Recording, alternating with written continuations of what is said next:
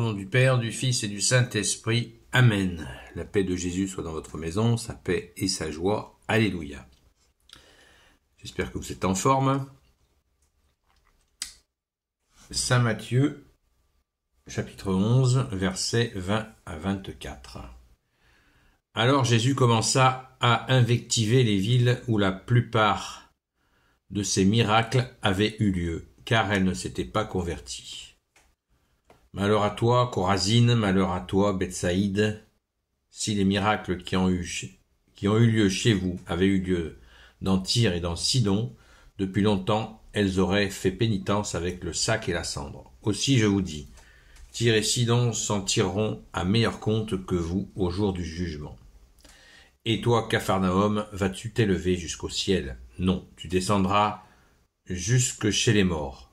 Car si l'on avait eu chez les gens de Sodome les miracles qui ont eu lieu chez toi, leur ville serait encore là aujourd'hui. Aussi je vous dis, Sodome s'en tirera à meilleur compte que toi au jour du jugement. Merci Jésus pour ta parole. On va lire le commentaire qui est assez court de l'exégèse.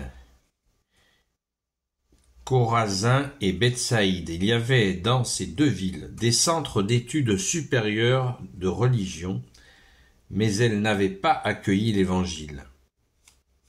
Quant à Tyr et Sidon, deux villes païennes maudites par les prophètes.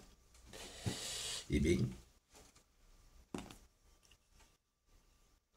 cet appel à la conversion, c'est assez rare quand Jésus exprime des choses, des situations comme ça très raides, c'est assez rare.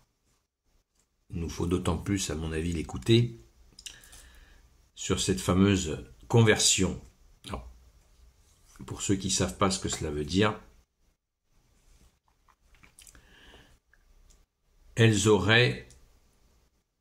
depuis longtemps, elles auraient fait pénitence avec le sac et la cendre.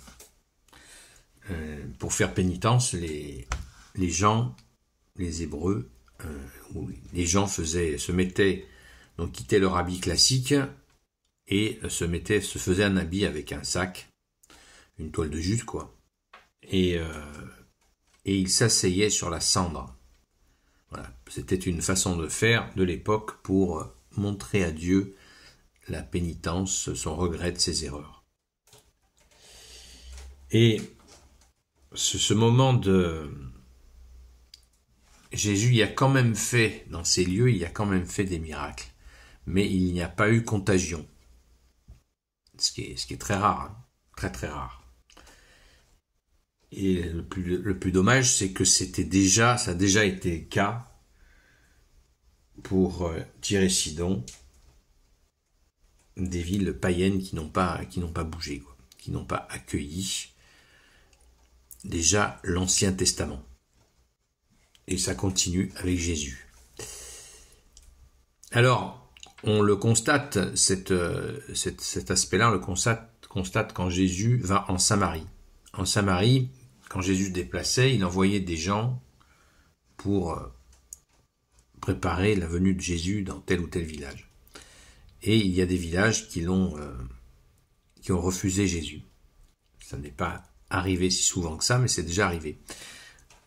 Et on a d'ailleurs un épisode qui nous est une séquence d'évangile qui est reliée à ça, où les gens, quand les gens ont refusé la venue de Jésus, c'est venu donc aux oreilles de Jésus, aux apôtres, et les apôtres disent à Jésus, veux-tu qu'on prie pour faire descendre le feu du ciel sur cette ville, sur ce village qui a refusé ta venue? Et Jésus leur dit, vous, en disant ça, vous ne savez pas de quel esprit vous êtes. Wow. Donc ça, Jésus recadre à ce moment-là les apôtres qui voulaient faire un petit peu comme ce qui s'est passé à Sodome et Gomorrhe. Eh bien, Jésus leur dit, vous ne savez pas de quel esprit vous êtes. C'était une phrase qui mérite bien méditation. Merci Jésus. Et Jésus conclut cette séquence en disant « Allons dans un village voisin ». Donc c'est, vous voyez, il laisse la liberté, il n'impose pas. Cela doit bien nous faire réfléchir. Nous aussi, quand nous évangélisons, il y a des gens qui refusent d'être évangélisés, d'écouter tout simplement. Eh bien, c'est à respecter, c'est à respecter. C'est fort dommage, c'est fort dommage. Mais quand des gens ne veulent pas le meilleur, on ne peut en aucun cas leur imposer, parce que c'est le libre arbitre. Respectons cela, respectons le libre arbitre. On ne mouline pas les gens comme le font certains, comme par exemple les témoins de Jéhovah, moulinent les gens. Et c'est absolument, Jésus ne le souhaite certainement pas parce que lui-même ne l'a pas fait. Là, Jésus fait le constat, mais constat que ces gens ne l'ont pas reçu, ne se sont pas convertis. Il en fait le constat, il le déplore, mais il ne leur impose rien du tout. Merci Jésus. C'est ce qui s'appelle le libre arbitre, donc l'amour de Dieu. Amen. Qui ne s'impose pas. Ça, des fois, il y a des gens comme ça qui me disent, vous faites, c'est grave si je vais pas à la messe le dimanche. Ben, je leur dis, écoute, c'est toi qui te prives du meilleur, donc c'est à toi de voir. C'est tout. Merci Jésus. Alléluia. Gloire soit au Père et au Fils et au Saint-Esprit. Amen.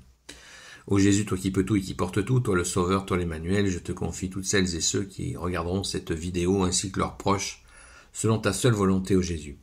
Sainte Marie, Reine des cieux, toi l'Immaculée Conception, toi qui écrases le serpent, toi qui es la lune sous tes pas, toi notre Mère, Notre-Dame. Saint Joseph, toi le juste et le saint, toi le sage, toi la terreur des démons, toi le saint gardien de la Sainte Église catholique, apostolique. Sainte Marie-Madeleine, notre chère sainte patronne, et vous, tous les saints et saintes, amis de Jésus, Saint Michel Archange qui est comme Dieu, Saint Gabriel Archange, Saint Raphaël Archange et vous tous les anges qui servez Jésus, je vous confie toutes celles et ceux qui regarderont cette vidéo ainsi que leurs proches selon ta seule volonté, ô Jésus. La paix de Jésus soit dans votre maison.